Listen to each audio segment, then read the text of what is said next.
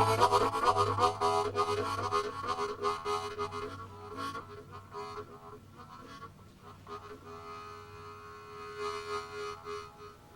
name is George Bandera. I operate the Iron Hammer in Murray, Kentucky.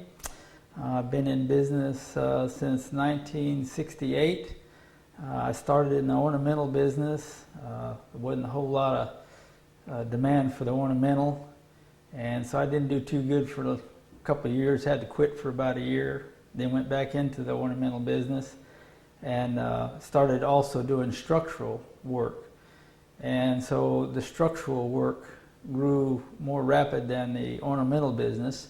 My brother came in business with me, and so we started to build the structural business and steel erection business.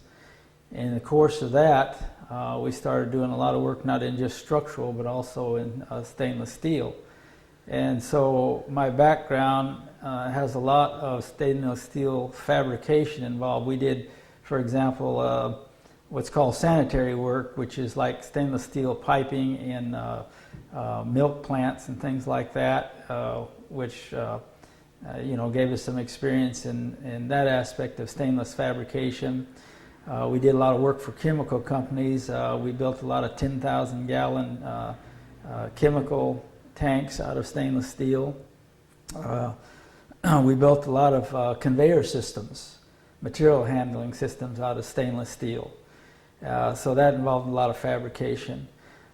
We had one client that we made these, it was a product to dissipate heat from a chemical, and this chemical would come through these stainless steel heat dissipators that we were building at about 2,000 degrees. And so it took a special kind of stainless steel. It was called Carpenter 20. And this stainless steel was constantly like a dull red. That's how hot this was. So this special stainless steel that we were using had to be able to take not only the chemical corrosion, but also had to handle the heat. And these condensers would probably last maybe 3 or 4 months, and then they would just, they just burn up because of the extreme conditions that it was, or extreme environment that it was involved in. So we had a lot of experience in the stainless, the fabrication, and then somewhere at some point in time, I got the idea that I'd like to maybe do some forged ornamental work with the stainless and some sculpture with the stainless. And so I started doing that, basically not knowing what I was doing, just trial and error. And so a lot of the things that I'm telling you today in this video are going to just be things that I've learned over 35 years of messing with stainless.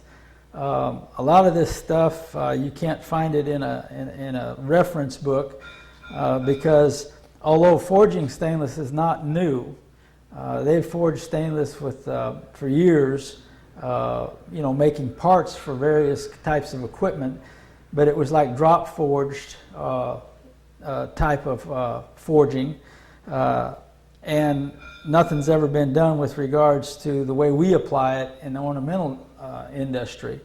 And so you couldn't go out and research it, as to what this is going to do when you heat it up and do this, that, and the other with it. So a lot of it is just this trial and error. And so what I thought we'd do is, first of all, kind of give you an overview of what stainless is. There's probably 30 different mainstream, I guess you'd call it, varieties of stainless, and then there's probably another 30 to 60 varieties of stainless that's rare, but that can be obtainable. So stainless, there's just all kinds of grades of stainless. And stainless is basically divided up into two categories. And I don't even know if I can pronounce the name right, but I'll give it a try. You have austenite grade of stainless. You have the martensitic type of stainless, and you have ferrite or ferrite type of stainless. And that's just they categorize them according to the chemical composition of the material itself and how it reacts. And so we're not going to go into a bunch of technical stuff here, but basically when you're ordering stainless or something, the Welding Society and so forth has categorized it in a 300 series stainless, a 400 series stainless, and a 500 series stainless. And now the one that you're probably most familiar with and that I use in forging stainless is the 300 series. So in the 300 series you have 302, 304, 304L, you have 308, 309, 316, 316L, and the list goes on. And basically each one of these types of stainless are in the same category, but they have different amounts of chrome and nickel in them. And so most of the stainless in this 300 series has between 12 and 18% chrome and about 8% nickel. And so the other stainlesses in the 400 series and the 500 series, they just have a different chemical composition. Now, just to give you the advantages and disadvantages, because you might wonder, well, why am I sticking to the 300 series stainless in forging and doing the work with the stainless? All three of these series of stainless, the 300, the 400, and the 500, have excellent corrosion resistance, but they react differently when you work it. For example, the 300 series of stainless is very corrosion resistant, which is good. The 300 series stainless steel impact and work hardens, which in our industry is not so good. So you got to figure out how to work around that impact hardening. In other words, you take a piece of 300 series stainless and you start hammering on it, it's just really, really hard. And it gets so hard that you couldn't bend it without annealing it. So we'll get into that a little bit later. The 300 series stainless welds good. You don't have a lot of problems as far as welding it. And another thing I want to mention before I forget it too is most people are under the assumption that stainless is non-magnetic, and that's not true. Stainless has a very slight magnetic pull to it, but if you put a magnet on it, you can feel it if you put a magnet on a piece of stainless steel. So if you get something and it has a little slight magnetic pull to it, it might scare you thinking, hey man, I got a piece of stuff here and it's not stainless, but that's not true. So that's just, a little sideline thing. All right, now the 400 series stainless steel is very corrosion resistant. That's good. It does not work harden, and that would be real good. The only problem with the 400 series stainless is that even though it doesn't work harden, it does some weird stuff when you weld it. It becomes very brittle at the weld point, which means if it was taking any strain at all, then you got to go through this process of softening the weld area and so on and so forth. So that's such a hassle that it's just not worth messing with. It's easier to anneal a piece of 304, say, or 300 series as it would be to mess with the problems that you get into with welding of the 304 or the 400 series. The 500 series work hardens, and it's corrosion resistant, but it also has some aspects when you weld it that causes difficulty. The other disadvantage to the 400 and the 500 series is it's more expensive and it's harder to obtain, whereas the 300 series you can go down to a lot of your local steel places and they may carry the 300 series stainless steel, and so that's kind of a plus for the 300 stainless steel. Now, stainless is totally different than working with any other kinds of steel. It has its own characteristics, and it's contrary from when you start with it to when you end it. I thought it was kind of interesting. We were shooting some of the video, and even the guy doing the video says that it's even hard to shoot And it's even hard to take pictures of stainless. So in other words, you start this thing and you have difficulty with the fabrication or the forging of the stainless, and all the way to the end, it's still difficult to work with. So it's like stainless has no brain, but it has a mind of its own. And you just got to figure out how to work with it. One thing I would say is that most people are maybe a little intimidated about working with stainless, and so they hold back. Maybe not so much with the fabrication of stainless, but when it comes to forging stainless.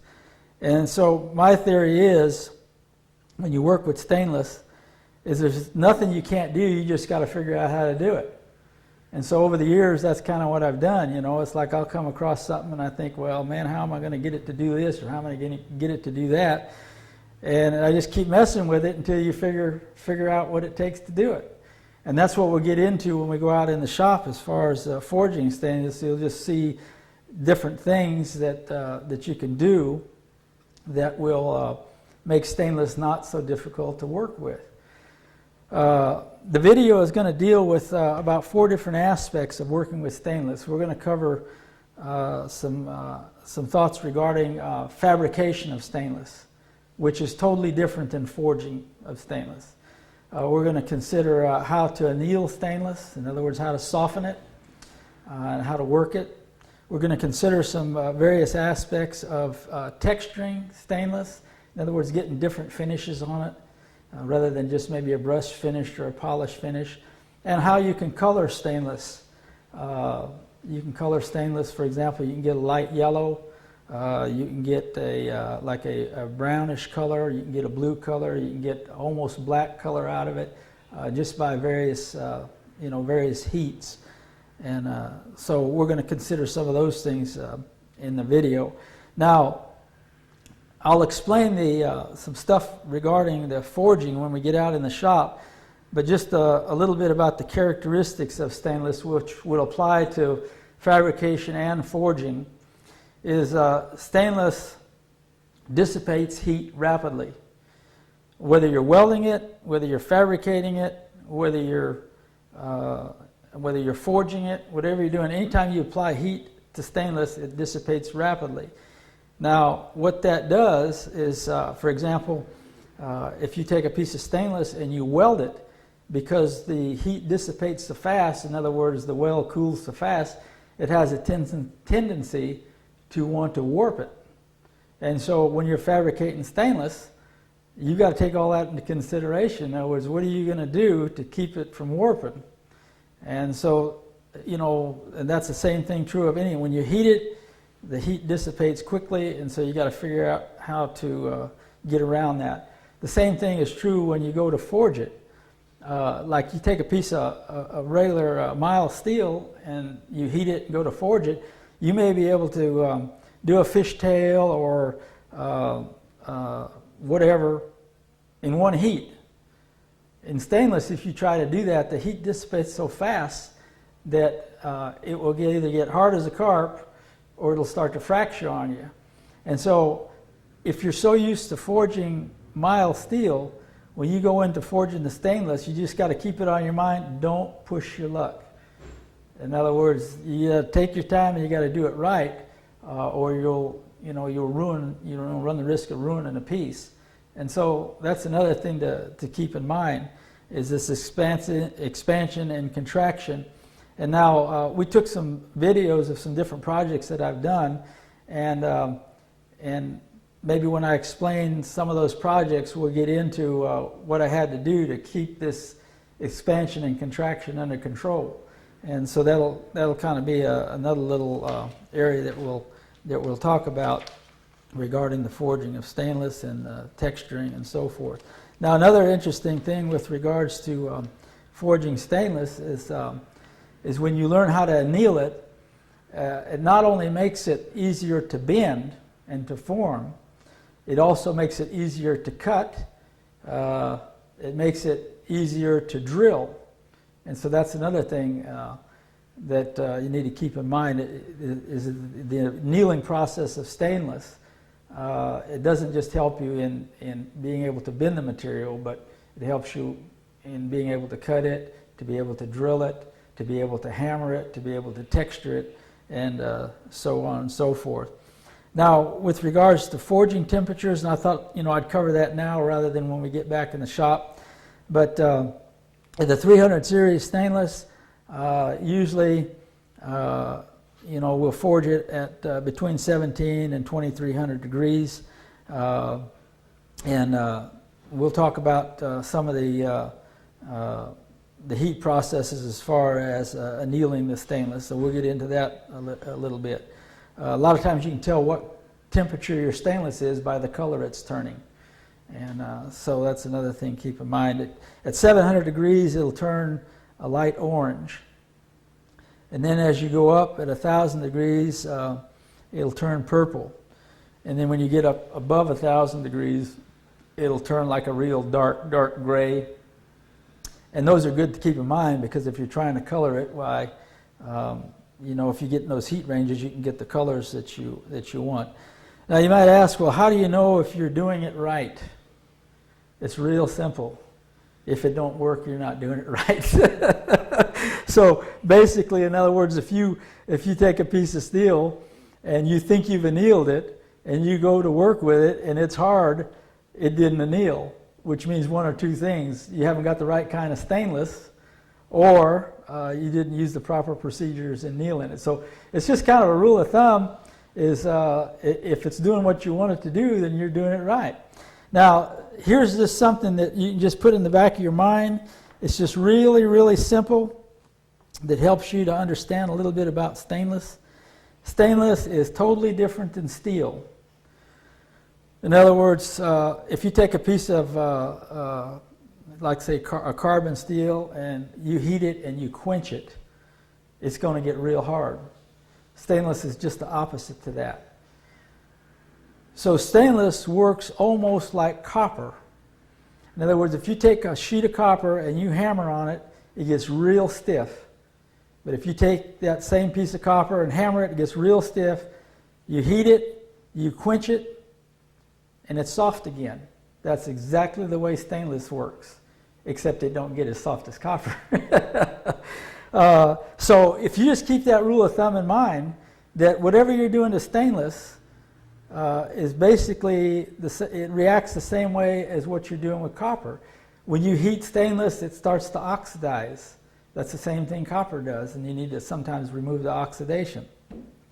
The hotter or the more temperature that you put on stainless, the more it oxidizes. Oxidation is what's causing the color. So in other words, when it gets the light yellow at 700 degrees, that means that a mild oxidation has occurred.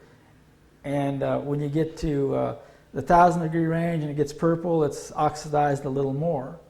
And when it gets above that and gets that real dark gray color, it's oxidized even more. Now, oxidation is not a bad thing in stainless steel. The more it oxidizes, the more corrosion resistant it gets. And here's something, and I've had some NOMMA members question me on this.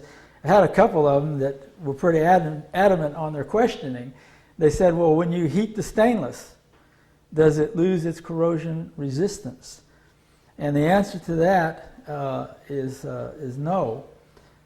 It doesn't lose its corrosion resistance. The only way it loses corrosion resistance if it is exposed to extreme heat for an extreme amount of time. And so that's kind of interesting. Now that's not my theory there. That's something that's in the metallurgy book that makes that particular statement regarding the corrosion resistance not changing in the stainless. So if you forge a piece of stainless and you notice the formation of corrosion on it, it's not because you heated the stainless, and it's not because you've annealed the stainless, it's because the stainless has become contaminated somehow. So here's some things that will contaminate your stainless. One is if you're grinding around it with, if you're grinding, say, mild steel or any kind of steel around stainless, and that dust gets on the stainless, and then that dust is exposed to moisture, it will form a film of rust on the stainless. If you grind mild steel or any kind of steel, and then you take that same grinding wheel or sanding disc or sanding pad and use it to grind on stainless, then you've contaminated the stainless. If you put your stainless in a rack and you don't cover it up, and you know, your shop dust and so forth gets on it, and then you don't clean it off, then when moisture gets on it, then you're going to have some corrosion. So if you dip it in the same water that you've quenched steel in, then it's going to pick up you know, some of the contamination from even the water. So bottom line, if you're getting corrosion on your stainless after you forged it, it's caused by one of those things. It's basically the stainless has been contaminated somehow from an outside source. If you use a soft hammer, in other words, like most hammers are pretty hard, most dies are pretty hard, and I've found that that hasn't really affected the stainless as far as getting any kind of rust on it. But if you were to pick up just a hammer, it was a cheapy hammer and it was kind of soft, that might come off on the stainless. So, you know, those are just little things to keep in mind.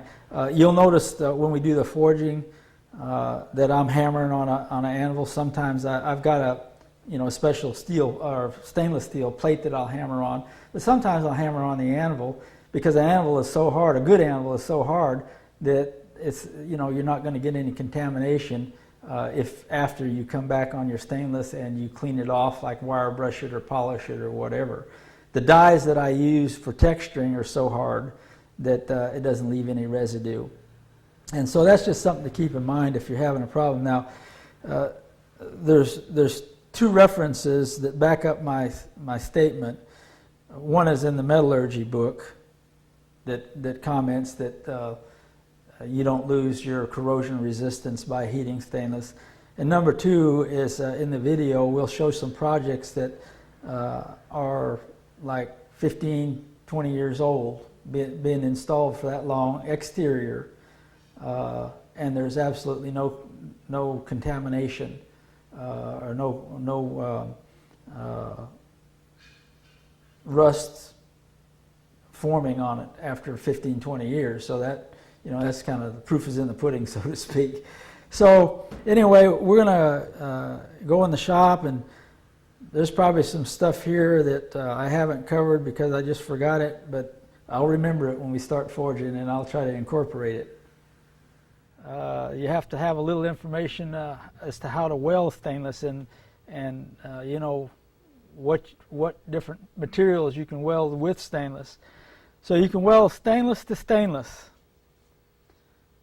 And you can weld stainless to stainless by using arc welding, MIG welding or wire machine, using a stainless rod or stainless wire. You can weld it with, heliarc it with silicon bronze. You can weld stainless to stainless with silver solder. You can actually weld stainless to stainless with nickel rod. I don't know why you need to do that, but you can. So you can weld now, going on to welding stainless to other materials. You can weld stainless to any kind of carbon steels using a stainless rod, using those very same processes, arc welding, MIG welding, heliarc, silicon bronze, silver solder. Now you can weld stainless to copper, and you can weld stainless to copper with using the heliarc process using silicon bronze. You can weld stainless to copper using a 50% silicon bronze, or I mean not silicon bronze, but silver solder. You can weld copper to stainless by arc welding using a nickel rod, believe it or not. We're going to demonstrate that. Probably not very many times you need to do that, but it can be done.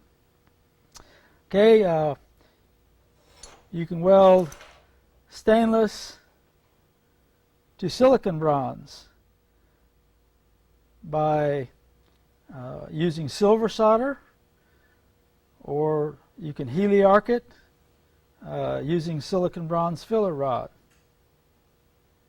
You can weld, and I don't have the little sample here, you can weld stainless to cast iron using a nickel rod, or you can heliarc it using a silicon bronze. So that pretty well covers, maybe you can weld stainless steel to brass or to bronze, either one, with the heliarc process using either silver solder or silicon bronze. And we're not going to demonstrate all of these different techniques, but we're going to demonstrate some of them. And so that just kind of gives you an idea. Now, the thing you need to keep in mind when any of these welding processes is your stainless steel, no matter what you weld it to, is going to have a tendency to want to pull maybe, or to want to warp a little bit. So you just got to take that into consideration and clamp your materials down so it doesn't pull and draw and do weird stuff with you. And we're going to go ahead and demonstrate some of these processes for just a second. Okay, we're going to demonstrate welding stainless to stainless with the heliarc. We've got our machine set at about 85 and on a DC negative, and we're using this is 304 stainless, and we're using a 308 filler rod, and so he's just going to kind of demonstrate that welding process.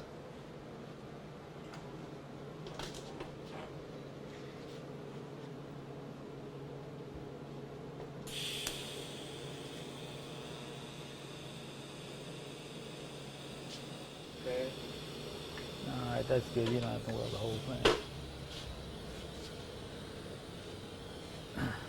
So like using the filler rod, if you got a good tight fit, you can actually don't have to use a filler rod. Once when you start your arc, if you get it to join here at the beginning, a lot of times you can just weld it without even using the filler rod. So we're going to demonstrate now welding stainless to stainless using the wire machine.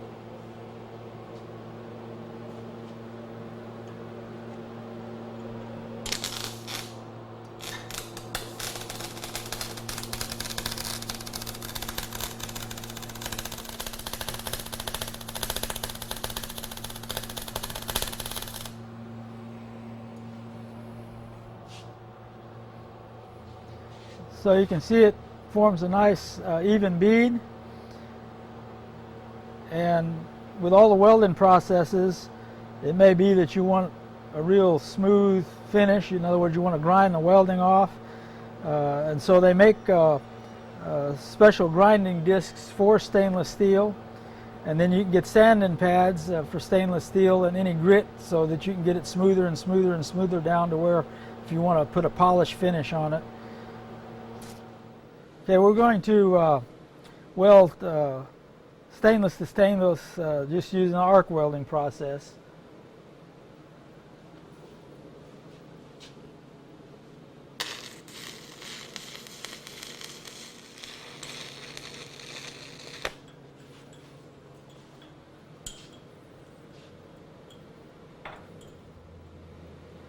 Okay, so after you weld it, let it cool a little while, and just knock your slag off, and gives you an idea of what it should look like if you got a pretty decent weld on it. Okay, we're going to weld or join stainless to copper with silver solder. So the important thing is that you got plenty of flux on both pieces of material. My little brush played out on me, so I'm just using my primitive method of fingers. So anyway, I'm going to put plenty of flux on the copper,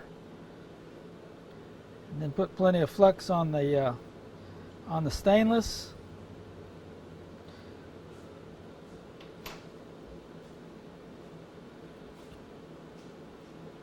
And then I need to put plenty of flux on the silver solder itself.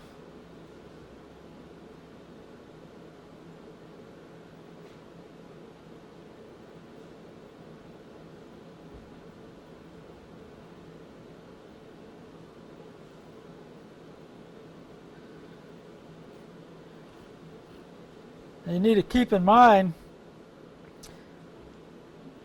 that the copper especially will, when you heat it, has a tendency to oxidize. And although copper will solder real easy, it's a little different story when you go to silver solder it or heliarc it with silicon bronze.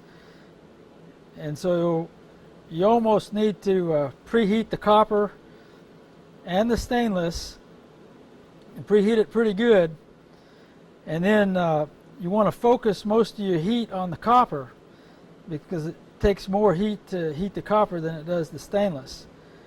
And so whenever the silver starter starts to flow, then it's time to go ahead and progress with your welding process.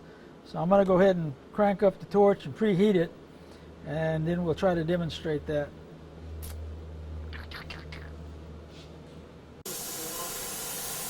You're back on camera. All right, I'm preheating the copper. Don't have to preheat the stainless because it'll get hot quicker than the copper will.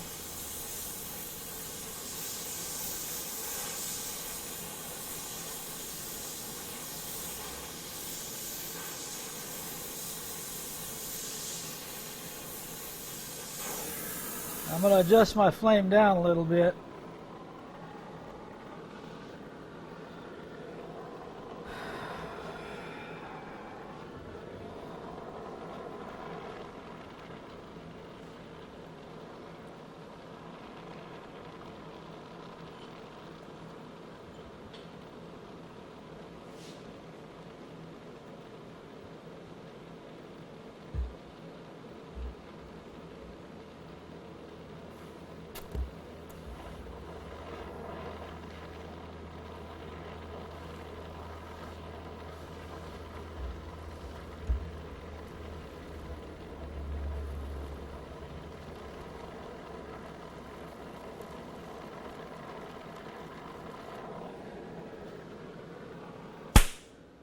All right, so here's the weld in the rough, so to speak, and it'll clean up.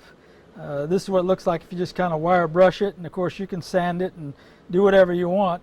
Now, you might wonder, well, why would you need to weld stainless to copper? Well, you might have a copper leaf or a silicon bronze leaf, and and you can want to join it to the stainless, and so naturally you can't use a stainless steel rod to join copper to the stainless, so you can use the silver solder to do that. And then we're going to demonstrate in a few minutes about joining the copper to the stainless with the heliarc process using the silicon bronze rod. Okay, so we're going to heliarc silicon bronze to stainless using a silicon bronze filler rod.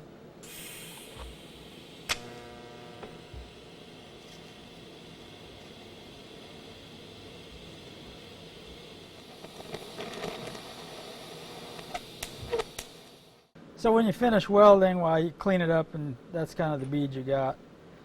And you just need to keep in mind that this stuff never wants to do the same thing twice. So we're going to weld stainless steel to copper using a silicon bronze filler and the heliarc.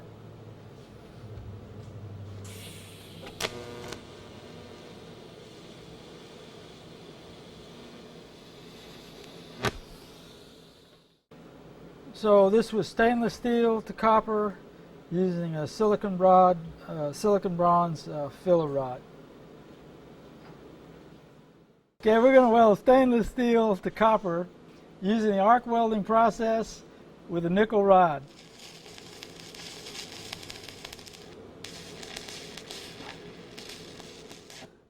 All right, so this was stainless steel to copper using a nickel rod. So this is heliarcing stainless to stainless. This is arc welding stainless to stainless. This is welding stainless to stainless with a wire machine. This is welding stainless to copper with silicon heliarc.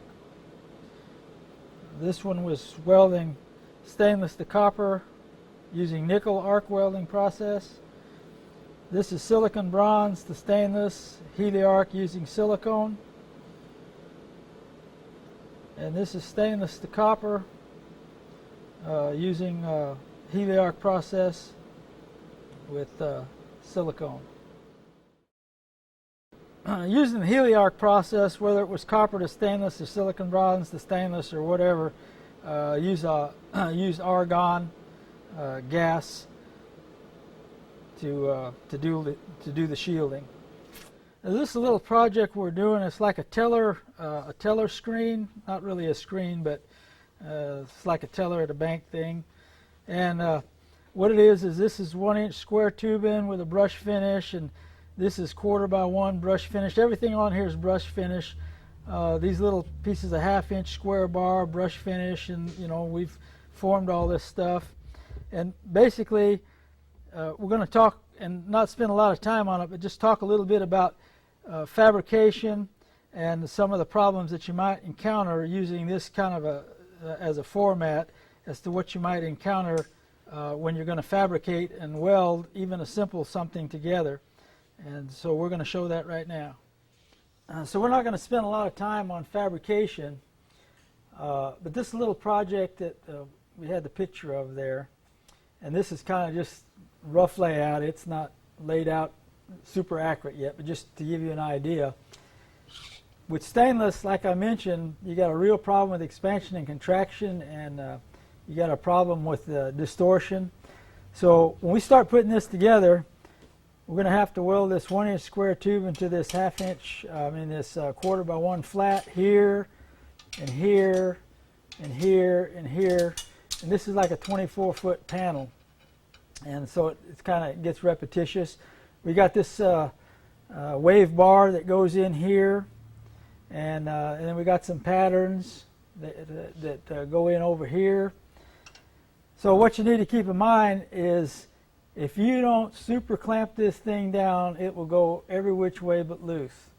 So in other words, you're going to have to clamp the square tubing, you're going to have to clamp it, the 1/4 by 1 flat, and then you're going to do your weld, and you need to let this stay clamped until it cools. Even at that, after you turn it loose, this 1/4 by 1 bar may want to distort a little bit, and you have to come back with a tweaker bar and straighten it out. So just basically, just rule of thumb is when you're fabricating stainless steel, make sure you've got it super clamped down. Now a lot of times you have to, for example, there's one sculpture that's going to be in the video. It's a sculpture that looks like a pyramid, and it's mirror finished stainless steel, and it's about 14 foot tall. And so when I made the triangles on that particular piece, there was a piece that went inside that had to be welded to complete the triangle. And so if I would have welded that with even keeping it clamped straight, when I would have turned that 14-foot piece loose, it would look like a semicircle. So what I had to do is clamp it to where it actually stretched it the opposite way, about 1.5 inches from what I wanted it to be, welded it, and then when I turned it loose, it was straight. And how much I torqued it the opposite way was just kind of a judgment call. It just happened that it turned out okay. But I had to, that's just the nature of stainless. It's from start to finish. It's a challenge. Okay, what we're going to do now is demonstrate the process of forging stainless steel. And I'll explain the process, and then I'll show you what we're going to make. and then we'll just do it. So the process of forging stainless, in order to forge it, you've got to anneal it, which means you got to soften it. So the process for softening stainless is you put it in the furnace, or you can do it with a torch, and you heat it to about 2,000 degrees, and then you've got to quench it, cool it real fast. Then you put it back in the forge, heat it up to where it's like red, and then you do whatever you're going to do to it. So that's just the principle. You just kind of keep that in mind, and that's the process. So it's really a four-step process. You heat it, you cool it, you heat it, and you hammer it or forge it or bend it or whatever you're going to do. And that's the process back and forth. Now the thing you need to keep in mind is you can't push your limits on stainless, or it'll start reacting bad. So in other words, you'll notice when we start forging this thing how quickly the heat dissipates. As soon as it starts dissipating, it's time to either re-anneal it, or you may be able to heat it, just heat it again and take it a little further, and then quench it, anneal it, heat it back and forth. The idea is you can't push the envelope. If you do, you'll start to have problems. So I tried to figure out just kind of a small project to do that would probably demonstrate all the different processes. And so we're just going to make a little candle holder. And just to go through what we're going to do as process-wise is we're going to neck a piece of pipe to get the little candle holder. So what I'm going to do is I'm going to texture the candle holder first, and then I got to go through the process of re-annealing it or softening it. So I'll hammer the texture in it, and then we'll put it back in the oven and heat it, because when you hammer it, it's going to harden. Put it back in the oven, quench it, put it back in the oven and heat it again, and then we'll neck it to make the little candle holder. Then the little leaf, the little flower looking thing here, we cut this out with a plasma ahead of time. And the same thing, same process, we're going to anneal it, and then we're going to put the texture on it, and then we're going to cup it. And then the same thing on this plate that goes in the back, anneal it, texture it, cup it, and then of course eventually you'll polish it. Then on the scroll that holds all this, on the end we're going to put like a little double fishtail, or whatever you want to call it. So we got to anneal this, and then hammer it, then split it, anneal it, and then put your curve in it. And then we're going to do the little twist in it. And then again, because we've hammered this thing, it got hard again. So what we're going to have to do is we're going to have to heat this thing from here to here, quench it, heat it back up from there to there, and then twist it. And then the same thing on this scrolled end. And then you'll notice here I've hammered some texture in the side just to give it that hammered look. So that's kind of basically what we're going to be doing. So just follow the dotted line.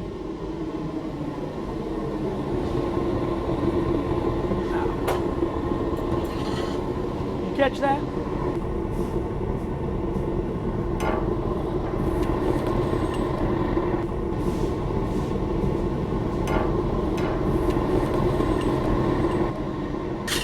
Now this piece is so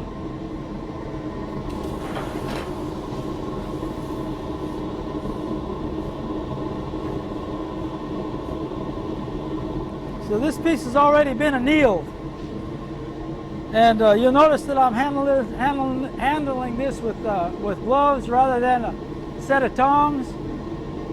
The reason is stainless is so hard and slick you can't clamp it with nothing, so you just gotta hang on to it or use a pair of vice grips. And so what I'm going to do now is I'm going to hammer a texture in this.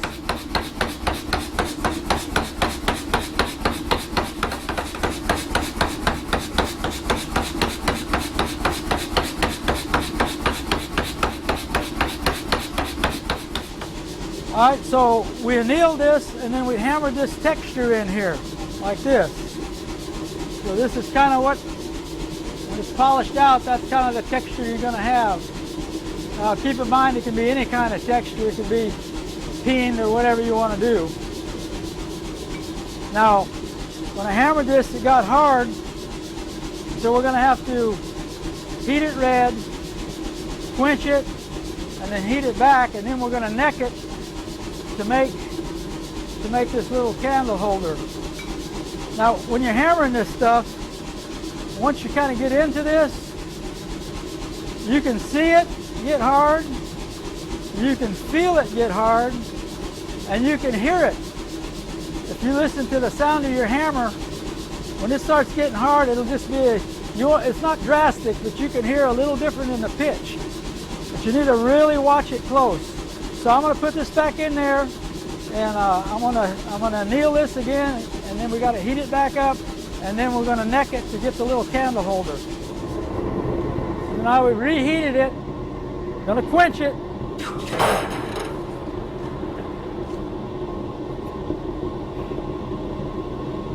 Now I got to reheat it again to soften. It's softened now, so now I got to reheat it so that we can neck it.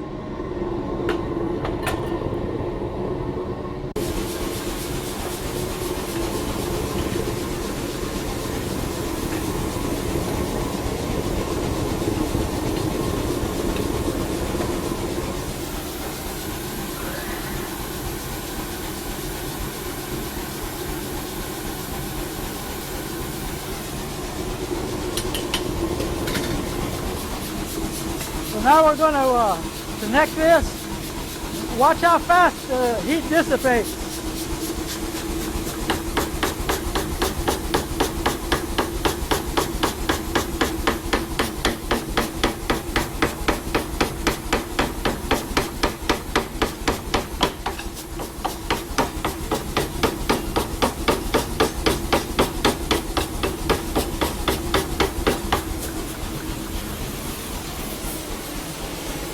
Now, if this was just regular pipe, you'd probably do this in one process. So I'm not going to re-anneal it. I'm going to just heat it real good and take it one step farther, and then I'll have to anneal it.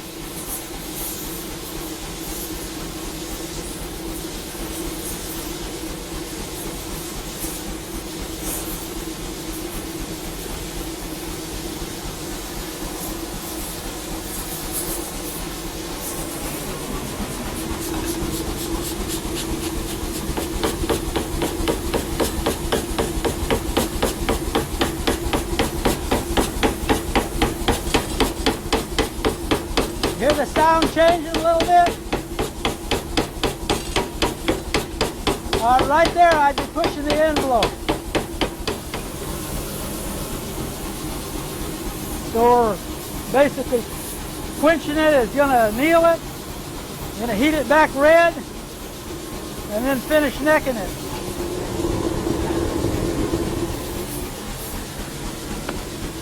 So you'll notice I've got like 3 different pieces in the forge, and the reason for this is, like, you know, while you're working one, you can be annealing the other and just kind of work stuff back and forth rather than just working one process.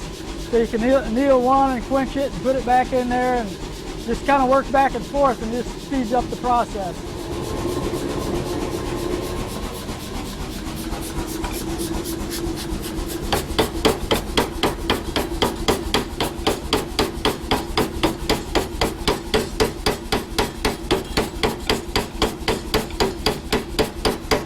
The color change, I don't know if it'll show up on the video,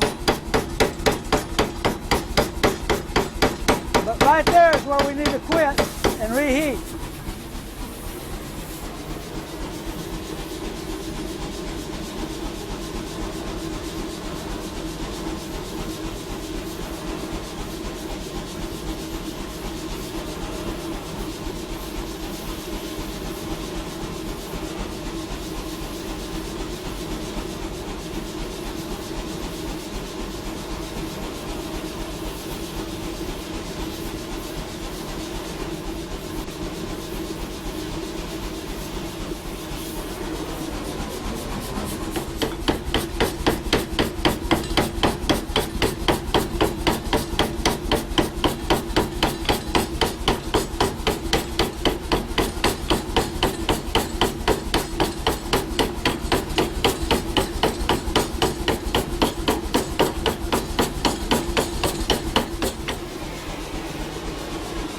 So kind of, we've necked it, and then what we'll do is they'll cut it off here, and cut it off here, and cut it off here, and gives us the stem. And then basically, we're going to do a little more hammer work on it, but we'll end up with this right here.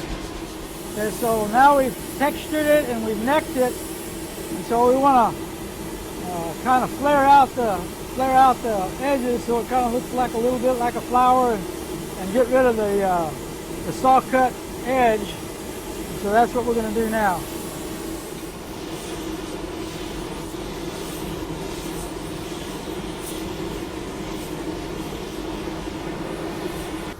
Now you might think the size of the ball peen is overkill, but it's not. When you decide what you're going to do, you need to do it with stainless. See, the heat's already gone.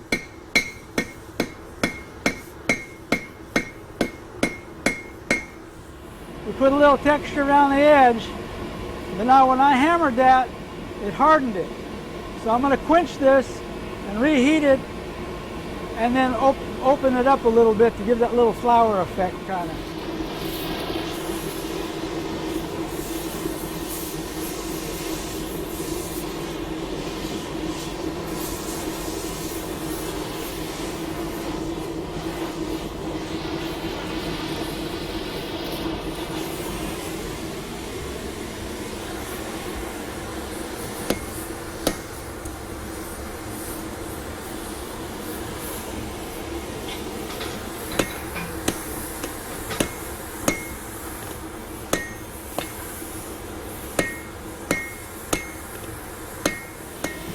So we put a little cup in it, and you could cup it more if you wanted. You could kind of make the edges curl over or whatever you wanted to do. So that little piece right there is basically complete, except for a hole we're going to drill in the bottom. Put the little candle holder stick in it. And this is basically this is kind of what we end up with. This piece here. And I've already annealed this because you've seen the process of heating, cooling, heating. So there's no use to go through that twice. So this piece has been annealed once. Now we'll have to anneal it again as we go through this process. So the next thing we're going to do is this little scroll right here. Now keep in mind, I'm going to anneal it and hammer it. I'll probably have to heat it twice to hammer it. And the idea is to accomplish as much as you can, the first time you heat it. So you just kind of got to get it in your brain exactly what you're doing, so you don't have to stop and say, oh, what do I do next? So have it all planned out ahead of time. So we're going to flatten the end of this.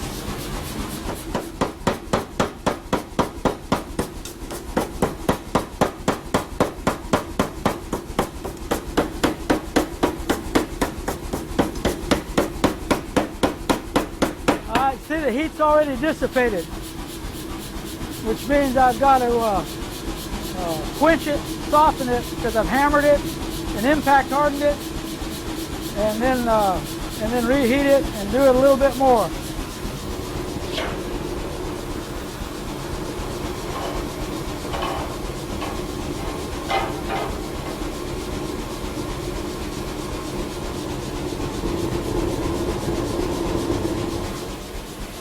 This is the hammer I modified for stainless.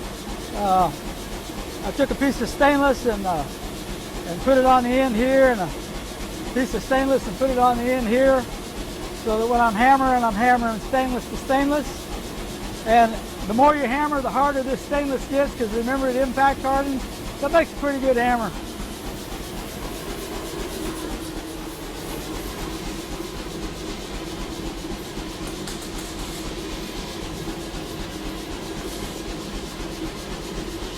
I need this particular end a little bit wider, so I'm going to just do that by hand.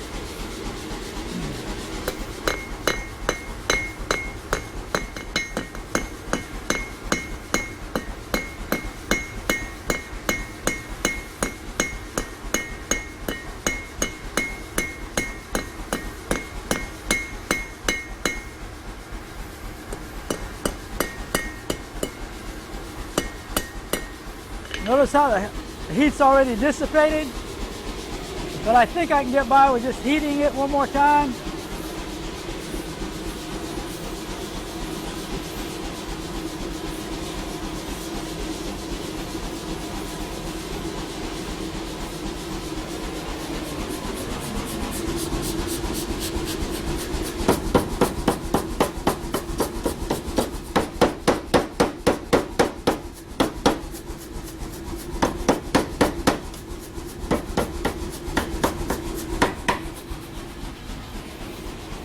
And once that heat dissipates, if I was to continue hammering on it, it would start fracturing at the end.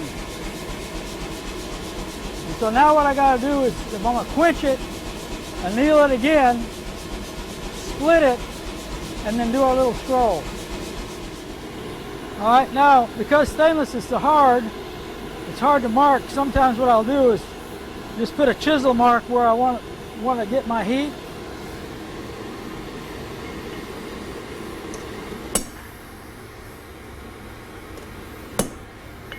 And then when we hammer it, the chisel mark is gone anyway, so.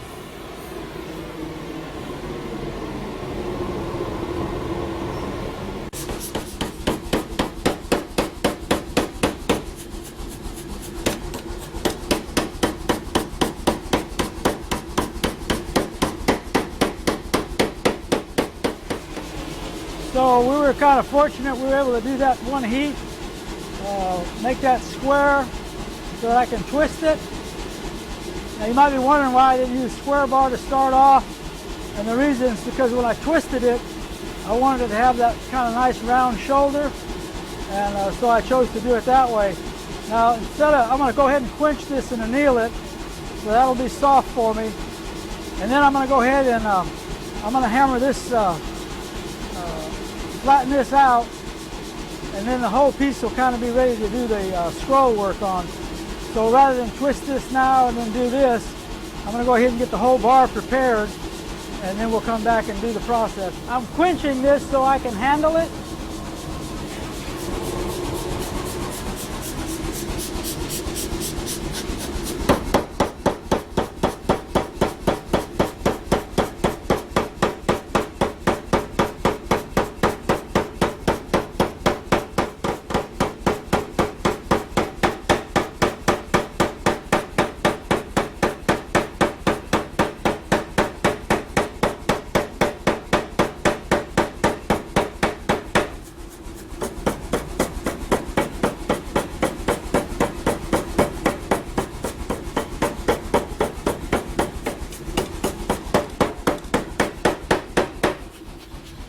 Notice how quickly the heat dissipated.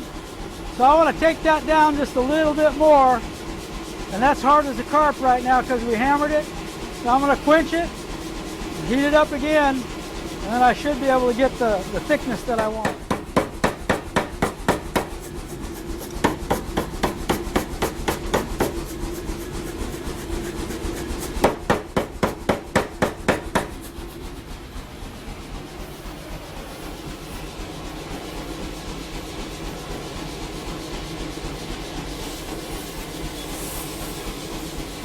Now I want to widen this end out a little bit more, so I'm going to hammer that by hand. And once I get that done, then we'll be ready to twist it.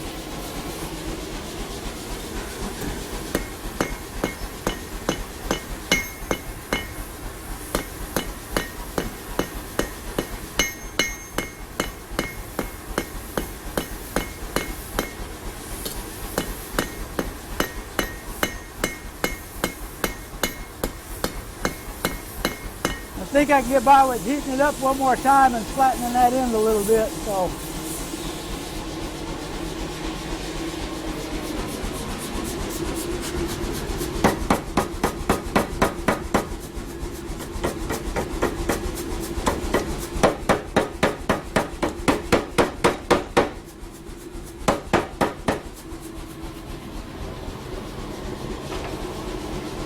we're going to anneal it. Now we got it annealed.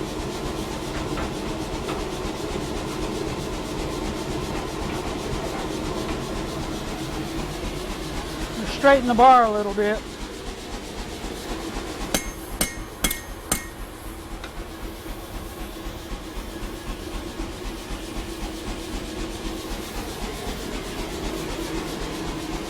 Okay, now what we're going to do is put the twist in it.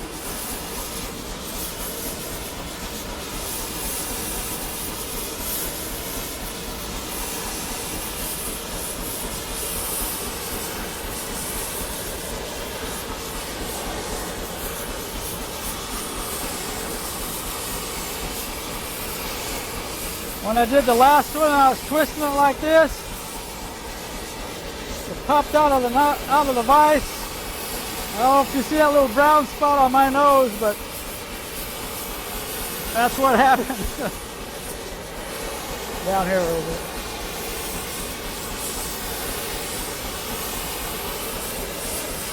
Even it up. Get the heat even. Down here a little bit.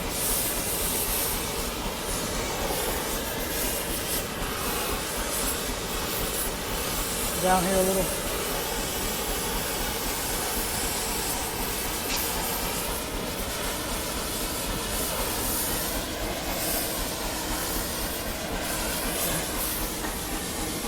All right.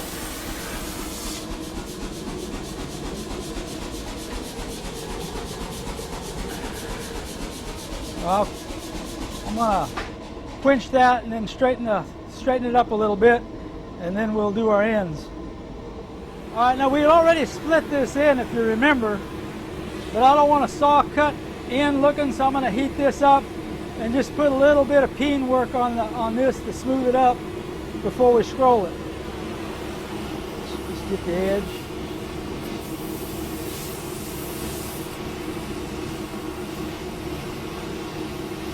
You'll probably do this cold, but for the sake of time, it's quicker and easier to.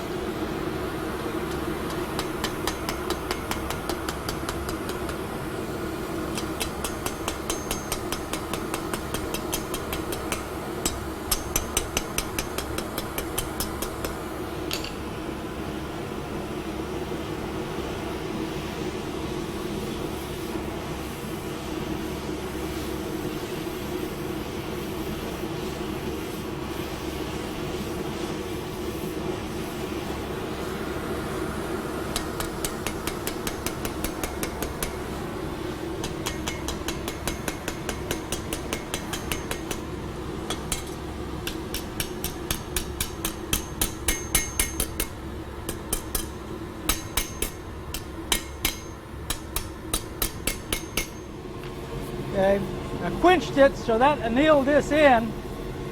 Now we're going to heat it red, and I'm going to do the little scroll thing. Oh, we're going to heat this and scroll it. Just make sure you got it really, really hot so that you don't get any flat spots.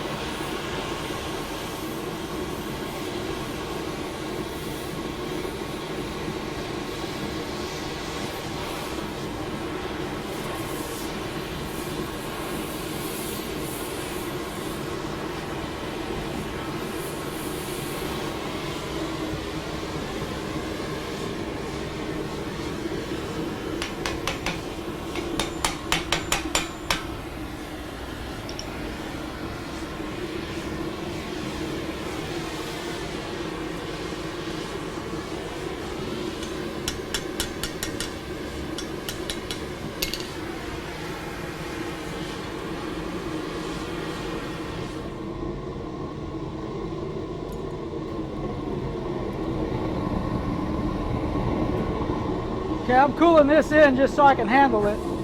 Remember, we already annealed this other end, so I'm ready to go ahead and scroll it.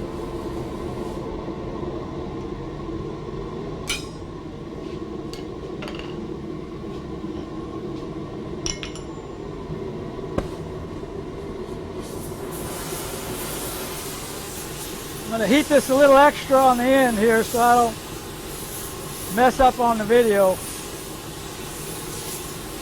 That's too much evidence.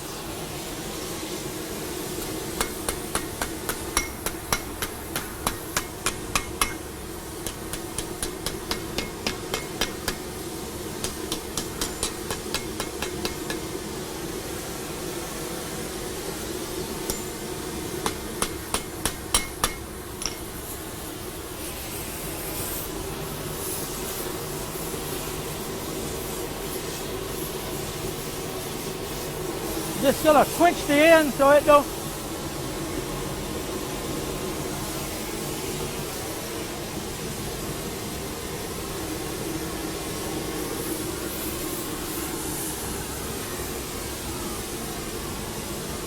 Now see, this is not heated, but it bends because it's been annealed.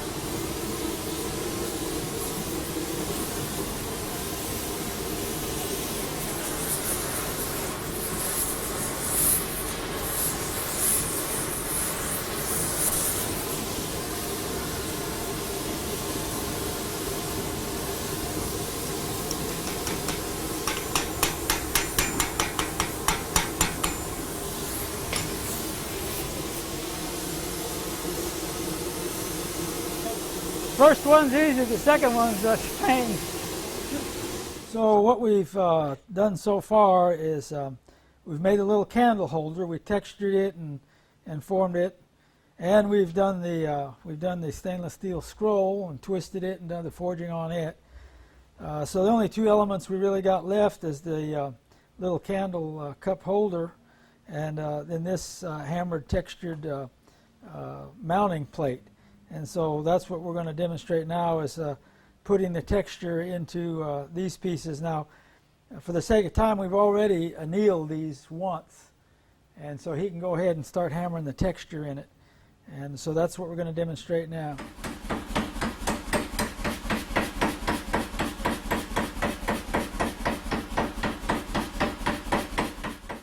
Okay, so this was that backing plate.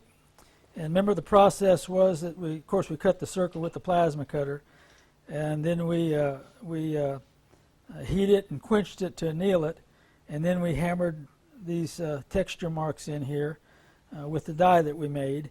And keep in mind, you can use any kind of textures that you want. That's just up to your imagination. So now what he's going to do, put another die in there, like a ball peen kind of die, and he's going to go all the way around the edge of this and hammer that texture in, and then this piece will be finished. And then the other little candle holder leaf is basically the same thing, so we won't demonstrate that, but you start out with a blank, and then he's going to hammer basically this texture in it, and it'll be kind of the same thing.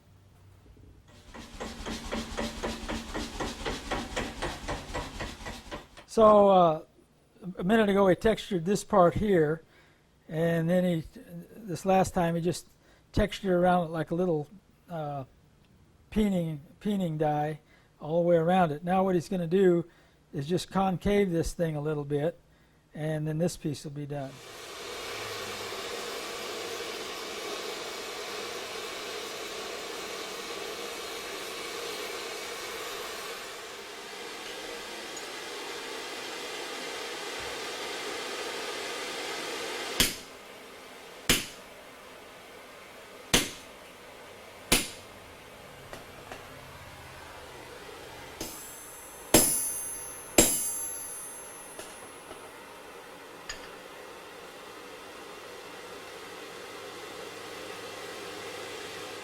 So what we've done here is basically we've completed our project. We went through the annealing process here to do our scroll, annealing process to hammer and forge our twist, and then forging our other little scroll here. So we completed that element. Now the only thing left now is to polish this to whatever degree you want the polish to be. So we've done this element. We did the little candle holder, and remember it was the same process. We heated it, we quenched it, we heated it, we textured it, and then we cooled it, heated it, quenched it, heated it, and then we necked it to get the little deal here, and then remember we then quenched it again and annealed it put the little little wide spot at the top here. So that finished that element, and then of course you polish it to whatever degree you want to polish. You could leave this real gray just like it is, or you can polish it to the degree we did, or you could put a mirror finish on this if you wanted to. And then we did this element here, Same process of annealing, put the texture in, and then all it's left to do with this now basically is to polish it to. But you notice the dark gray there, so you could keep that color too if you wanted to. And then of course, we didn't demonstrate this because this was basically the same thing as with that last piece there. It's just a matter of texturing it and hammering a little bit on the edges there, and that completed that. And so that pretty well completed the project except for assembly, and that involves a little bit of welding and stuff, so I didn't feel that we needed to necessarily go through that.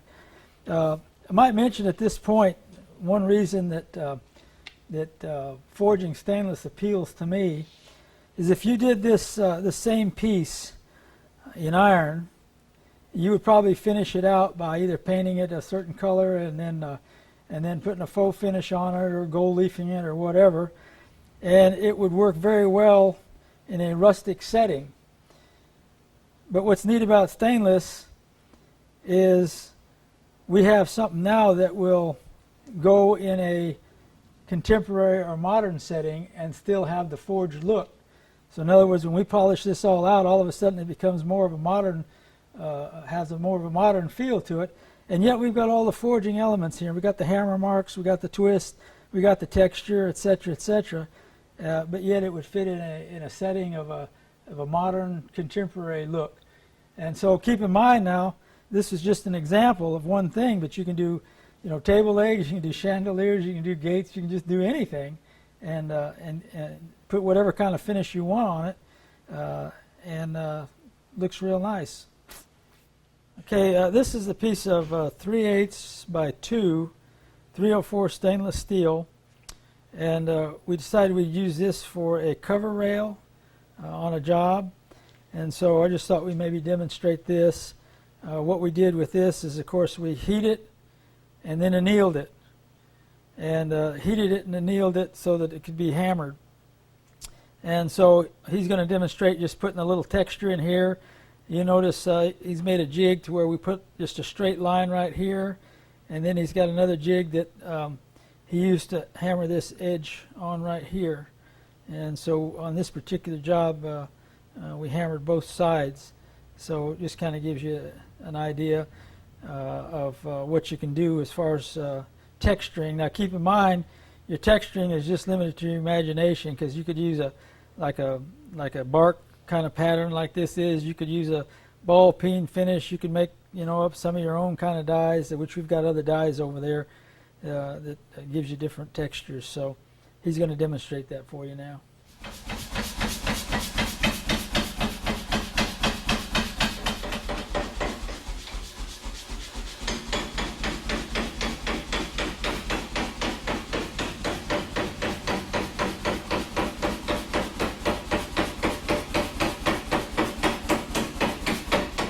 Okay, this is the piece that you just saw him hammered.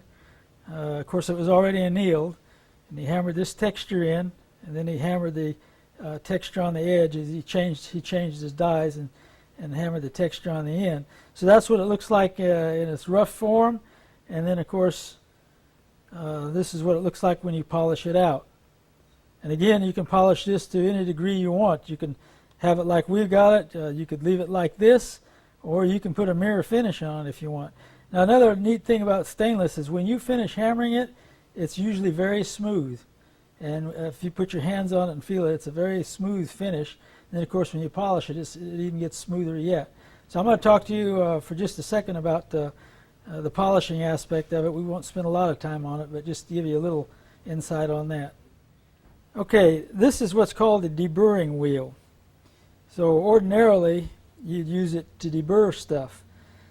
But on stainless steel, because stainless is so hard, it works really good for buffing. So the last little shot that we had here showing the scroll being buffed, all I've used is this one pad.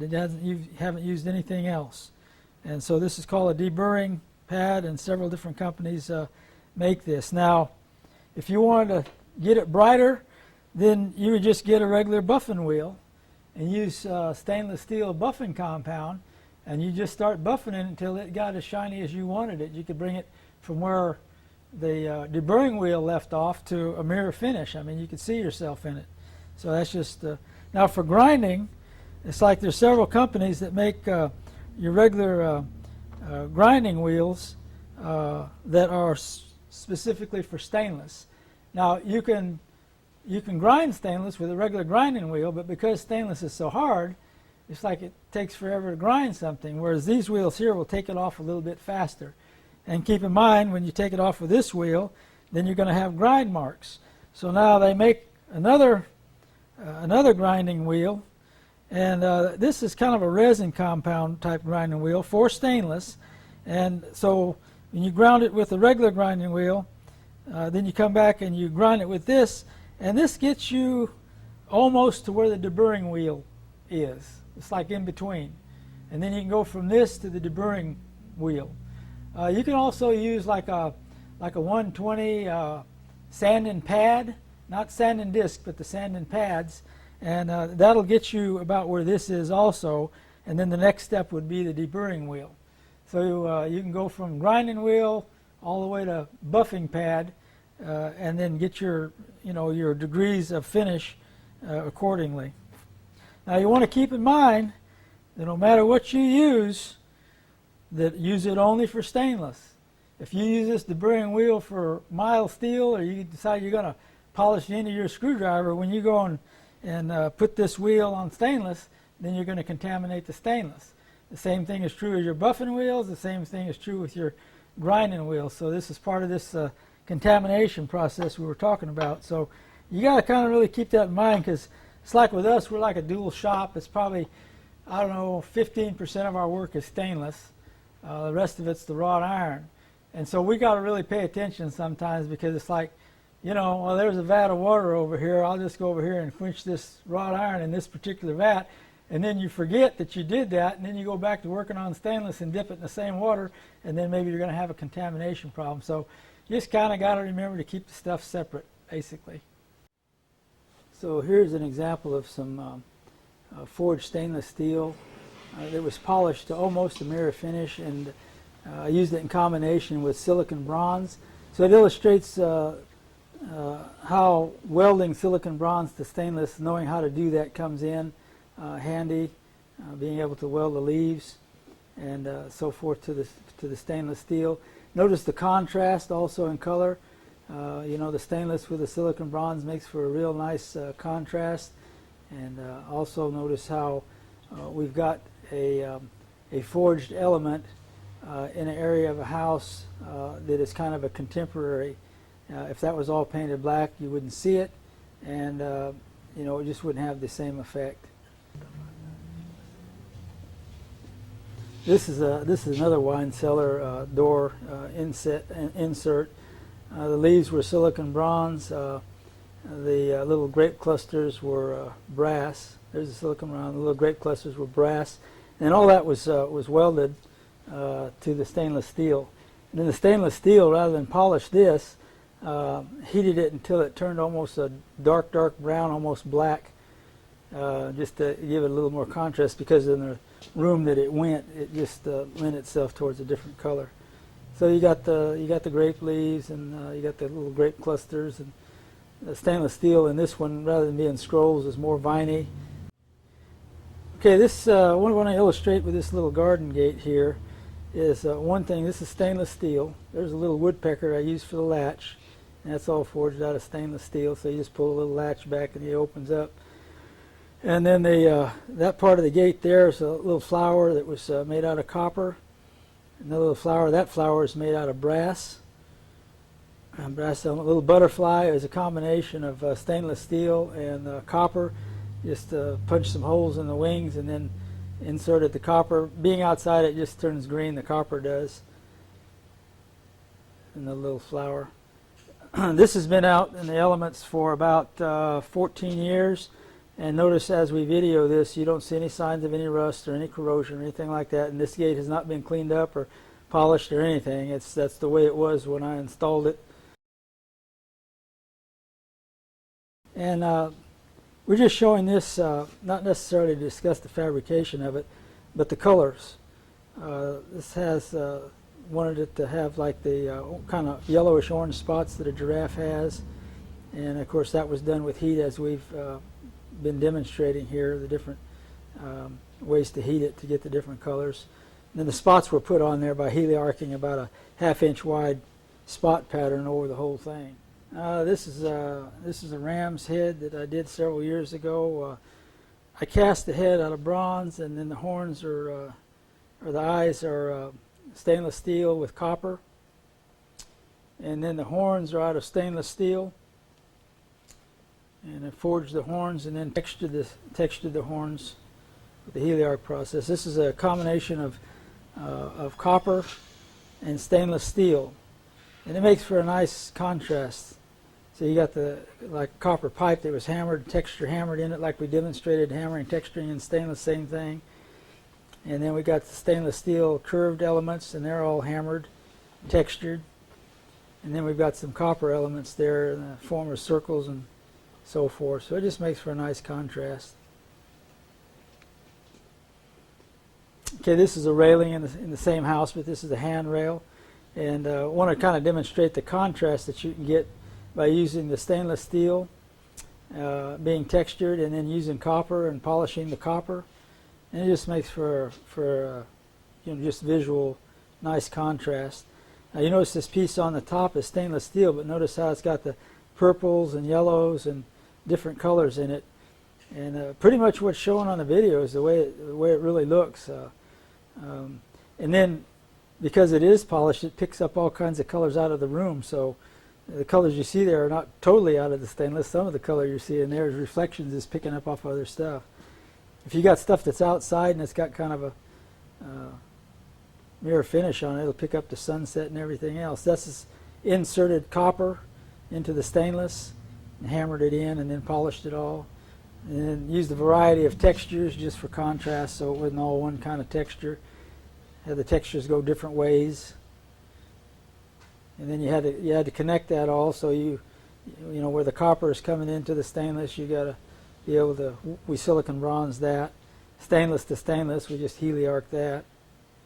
And then the top rail is copper, so where we went to we had to weld the copper to the stainless. And we did that with the silicon bronze.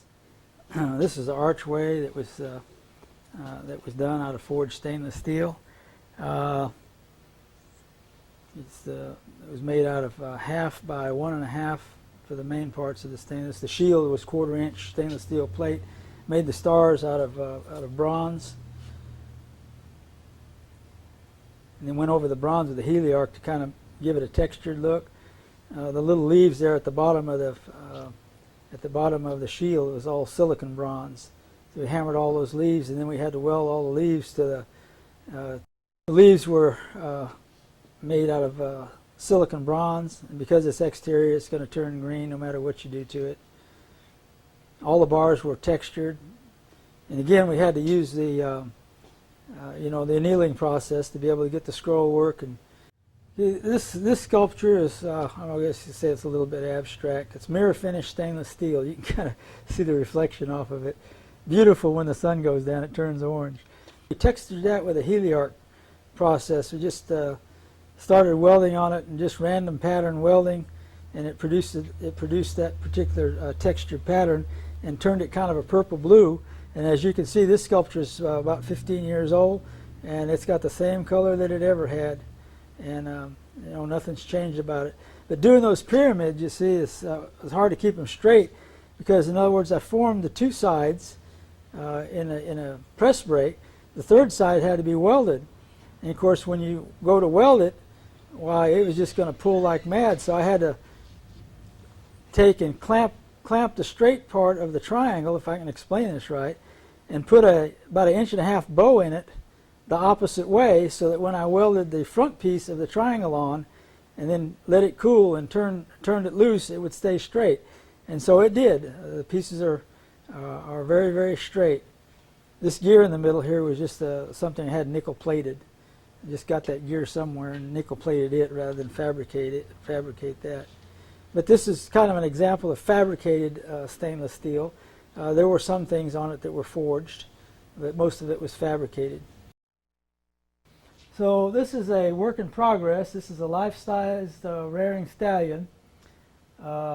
He's made of 304 stainless steel, 16 gauge, and I tried to hammer all the hair in it, and I've tried to put in all the muscles, and basically everything we talked about today has been incorporated one place or another on this project. These seams right here will all be welded with the wire machine, and then I'll grind this down and feather it all in, and then once that's all feathered in, then it's going to end up looking kind of like this up here, where I've done a little bit already. But this has been welded, and then I put the hair marks back in it, and then I heated this up to get the color, and that's the way the whole thing will kind of be. Now, this particular stallion, I wanted it to just kind of look like a palomino. If you know what a palomino is, it's kind of like a gold-colored horse like Trigger was. And so that's the color I was after, with a little bit of dapple marks in it. So that was all done with heat. Now, there was some, all of it's forging, but I haven't got to the head yet. I don't know how that's going to go. But kind of the hardest part of forging on this thing, one of the hardest parts, was the front legs where it comes to the ankles and the hooves. And so here is an example of the hoof and the ankle bones, and then it comes up here like this, and that, of course that's forged into just like the horse's leg. And then up here you can't see it very good because I got a rope up here to keep it from shaking, but is the kneecap and the knee and so forth, and that's all forged and hammered, all out of 16 gauge. So kind of gives you an idea as to the project here. Now what we want to talk about on the stallion here, not so much about the forging because we've covered all that, is a little bit about the coloration, how to get color. And as we mentioned in the beginning of the video, that's done strictly by heat. And the hard part is regulating your heat. You know, it's like I get impatient sometimes, and I'll try to heat something a little too fast, and then I don't get the color that I wanted. And so we're going to demonstrate a little bit about how to get this kind of a gold color, and then if you want like a purple color, how to get that, and then if you want to get a real dark gray color, how you're going to get that. Now there's a little story here with the stallion, if we've got time to tell it, and it gives you an idea as to how aggravating sometimes stainless is and how fussy it is I had this whole thing done. All the sheets were formed, you know, annealed, colored, put together, everything. And I was up to this area right here on the shoulder. And I just had like one or two pieces more to do on this side. And so, of course, I was real interested in keeping all the color uniform on this project, and everything was going just real good. So I had this piece right here all cut out, and the process is that you have to heat it and anneal it, and then hammer the hair marks in it, and then try to get your golden color in it, and then hammer your form.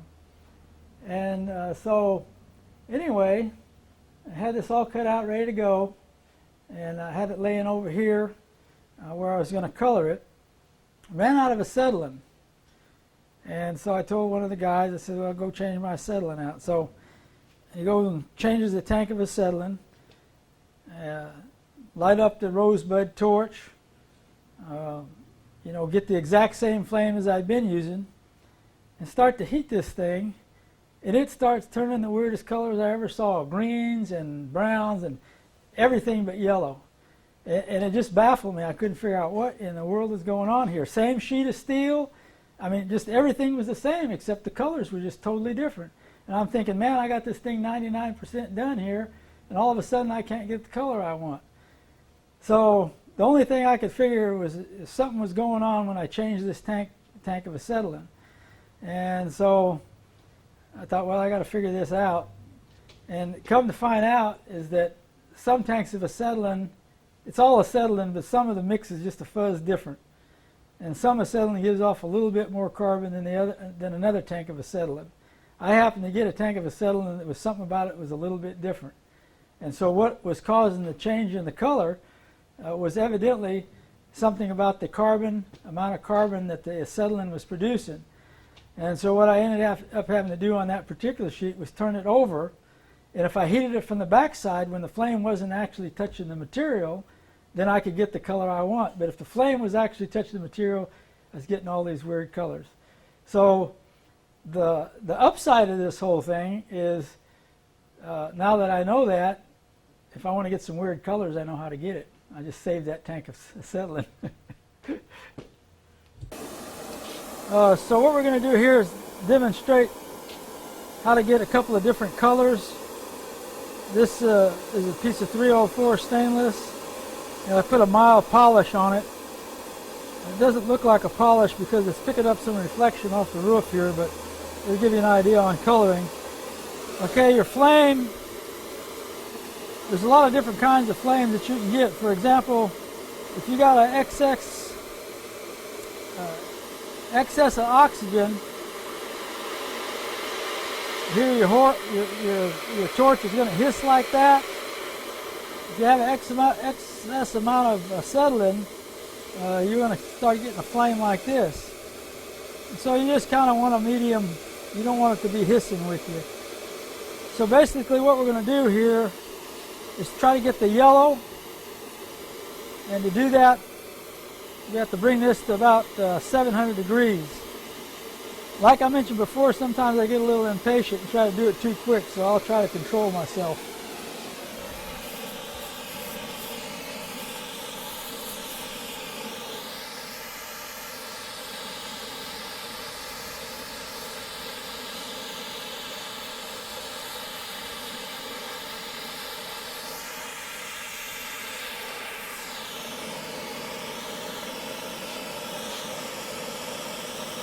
You can see the yellows right here. I got this a little too hot right here, which was what I was going to demonstrate next. I'm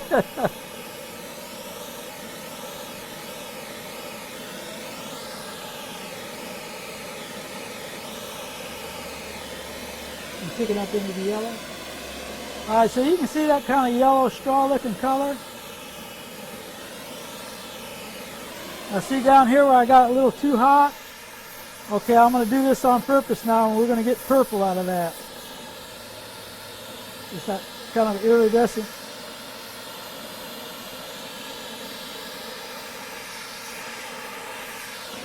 So you're getting those purple hues, kind of like a rainbow. Now if we just stay on it and turn it red,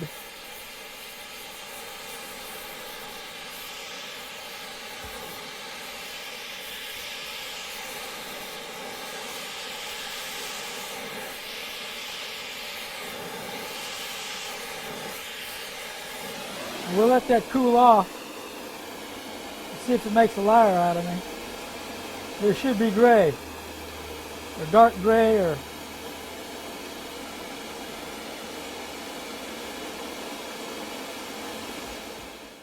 all right. So we've got the different hues in color. This center part here, you notice, is kind of like the yellow, the light straw yellow, and there's degrees of that. That's the set at 700 degrees. And down here where we got the purple hues and a little light purple line, that's where it starts getting into the 1,000 degree range. And then up here at the top, we heated this to about between maybe 1,800 and 2,000 degrees, and you get this this dark gray, really dark gray look. And all that'll stay. In other words, if you put this outside, you know, you come back in 10 years, it's going to look just like that. In other words, when you put the color on it and the oxidation is there for good. And again, I'd like to mention, I've got sculptures out there that's got all these colors on it that are like, you know, 12, 15 years been installed, and they look exactly the same as the day I installed them. So kind of the proof is in the pudding, I guess you'd say. And also, you can control this a little bit more, especially if it's heavier gauge. You can control a little bit more if you apply your heat from the back. Because even if you overheat it from the back, say if you're wanting the straw yellow, and you get a little too hot in the back will start turning purple, and you pull your torch away, but the heat hasn't come all the way through the metal, and so you'll get the yellow in front instead of the purple. So I hope you understand what I'm saying there, but that's kind of the principle. I guess the main thing in coloring is don't get impatient, and that's my biggest thing is I want to get it done and get it done quick, and so sometimes I'll mess up a piece and have to start over, which means I didn't get it done quick. So just be patient with it when you're trying to do the color. Well, this brings us to the conclusion of our video. I hope it's been instructional and helpful. Try to cover the important things. There's no way to cover it all. I mean, this working with stainless is just very involved. But just kind of go over what we went over. We went over a little bit about the technical aspects as to what stainless is. Talked about the preferred stainless to do forging, in my opinion, is 304. 304L, 316, 316L, all works very well. I didn't mention it in the beginning of the video, but don't use 302. It's in the 300 series, but I don't know what it is. But when you hammer that, you can anneal it, but it gets so hard. I found that out the hard way here about 2 months ago. My brother had a piece of 302 stainless at a bargain, and now I know why it's a bargain. I mean, it's good stuff, but it's just really hard to work. So we went over the chemical properties a little bit. We talked a little bit about the corrosion, that annealing does not cause stainless to be more corrosive unless it's prolonged exposure to extreme heat or prolonged exposure to extreme chemical elements. And so we covered that a little bit. We talked a little bit about the of not contaminating your stainless, which you can contaminate it by grinding around it, by quenching it in water that's been used to quench other steels, by using grinding wheels that were also used on ferrous metals. So that ought to be a little bit helpful in keeping your stainless clean. We talked a little bit about the annealing process, and basically just kind of remember just the rule of thumb. It makes it easy to remember. It works like copper if you know how to work copper. So basically you heat it till it's red, you quench it to where it cools very fast. That's annealed it, and then if you're going to forge it, you heat it up red again and do your forging process. If you can't do it in one heat, then you got to repeat the process of quenching it, annealing it, heating again, and forging, and we went through those processes. We also talked a little bit about the texturing process. You can texture stainless without annealing it. It's just that it's a lot harder when it's not annealed. So you have to hit it more times. You got to hit it harder. Also, annealing is beneficial, and it changes your color a little bit, and you get kind of that dark, rich-looking color. So that's another reason to anneal. We talked a little bit about finishing and polishing stainless using the deburring wheel. If you want kind of a polished finish to it. If you want to take it to a mirror finish, you would use like a buffing wheel with stainless buffing compound. If you want your grinding is done with a stainless steel grinding wheel, and then you can take it the next step up with that intermediate grinding wheel, and then you go to the deburring wheel, and then you go to the buffing pad. So it just depends on what you're wanting. And then remember we talked about maybe the advantages a little bit of using stainless. Rather than have just a real rustic look, you can still have that forged hammered look and still fit into a contemporary or a modern environment or decor. And so that's beneficial. You need to think in terms of broadening your market base. So in other words, if all we've done is worked and forged wrought iron, well, here's just another market. Now it might not be a major market for you, but it will increase your base. Stainless, forged stainless works really well for tables, and I've done it with tables and chandeliers, and just a lot of different things. And of course, if you're into art and sculpture, why, it incorporates it in that. So I hope the video has been beneficial. It's been a real learning experience for me. It's enjoyable because, it's kind of like if you're in a war, the only way you're going to win is to know your enemy. And so I just kind of use stainless sometimes as my enemy, try to get to know it better so I can conquer it. But when you conquer it, you feel pretty good about it. You've done something that you didn't think you could do. And so it gives you a lot of satisfaction.